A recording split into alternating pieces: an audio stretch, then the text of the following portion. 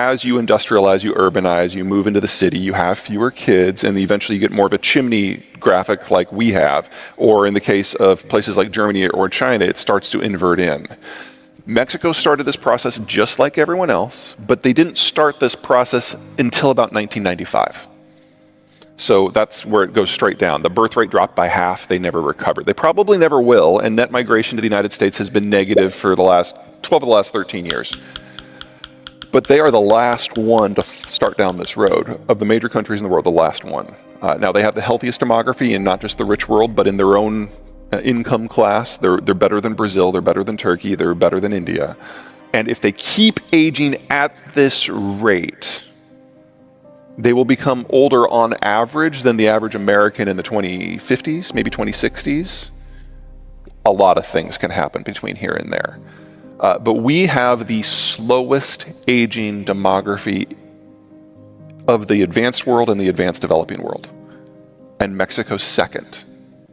This is exactly the sort of partner that we want.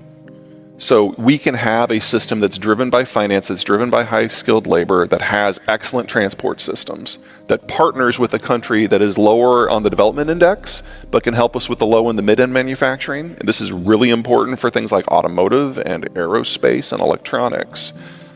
And then we will have to tap a few places here and there around the world. But for the most part, we can keep this within North America, or within the Western Hemisphere at worst. No one else has anything that's even close to that. But the sort of transport you integrate with a country like Mexico, or say Colombia, which I think will do well, or Cuba, which I think ultimately will come in from the cold, is different than these massive container vessels that ply the Pacific.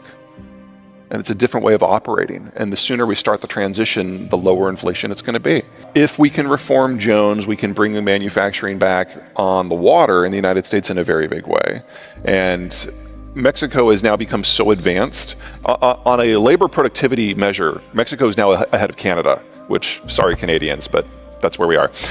Which means that Mexico now needs a low-cost, low-wage partner. Isn't that hilarious? It's like Mexico basically needs a 1980s Mexico. Colombia and Cuba are the obvious candidates. They're close. We already have a free trade agreement with Colombia. I cannot think of a better way to destroy Castro's legacy than to integrate with it. Oh my God. It's like the whole thing would just be wiped away in months. That's my vote, but whatever.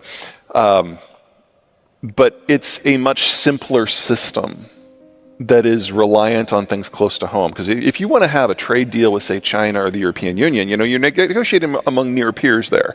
It's kind of a pain in the ass. And then there's always pushback. But when you integrate with a place like Colombia that's just kind of desperate and happy to be part of the club, it's a much easier process. And so you don't need to do things at scale to the same degree. A small container ship is fine. You don't need the massive stuff. So Peter, one of the big counter arguments of Mexico is that it's an unstable country with the cartels. How does someone build a manufacturing plant or a supply chain where you have these external actors, not state actors, but external actors? Maybe they're working together. How do you contend with that? Is Mexico going to come into the system in a way that is going to create stable supply chains? Well, let me give you pros and cons. Pros, I'd say we've already shown that it can be done. The Texans have been doing this for 30 years now. Half of our trade with Mexico is via Texas. It's not that the cartels are not a real threat, and it's not that as long as we love our cocaine, we're not going to keep fueling them, because that's exactly where this comes from. It's not, the cartels did not just magically appear in Mexico. They're kind of at least half our fault. But the places where there's violence is only 1 or 2% of the country at any given time. So if you have a security staff who can keep their ear to the ground and knows what they're doing, you know when the violence is coming your way. And at the moment, the cartels have not expressed an interest in interfering with trade because it's not to their benefit. The Sinaloa, which is the most powerful one, would see that specifically as a death blow to drug trafficking, which is their reason to be. And the second most powerful one, the Jalisco New Generation, sees violence as more of an end as opposed to a means to the end, and going after trucking and manufacturing doesn't get them anything. I don't want to say the risk is zero, because it's absolutely not. But they don't see a business model for interfering with trade, aside from just wanting to get access to the plazas. In terms of how you do it, where are my Texans? There's got to be a few of you in here. One in the back. Wow. Shy Texans. Okay. So this is where they are. Northern Mexico is desert and highland, which means there aren't a lot of farms, there aren't a lot of small towns. So the normal ebb and flow of populations that we have in the United States and Canada, it's very different. Here, when a city starts to develop and really industrialize in a big way and get into manufacturing, they start drawing labor from other communities that are nearby. In northern Mexico, there are no other communities. So pros and cons. The pro is that there's usually just a handful of families who run the entire metro, and that metro stops at the edge of the desert, and that's it.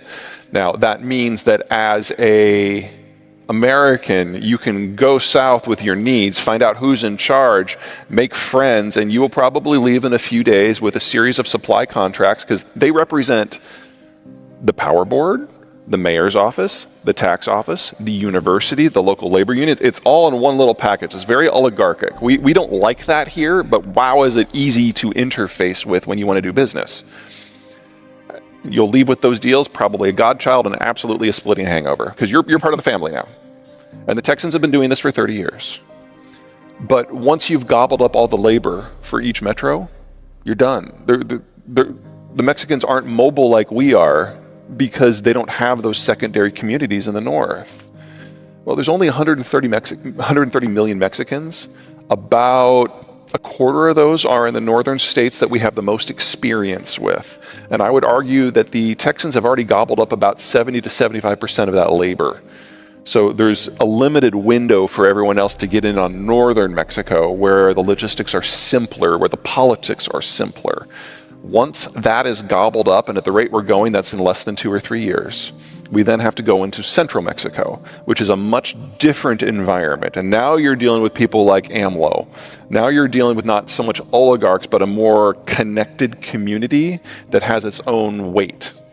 It's not that that can't be productive. It's wildly productive, but it's a much more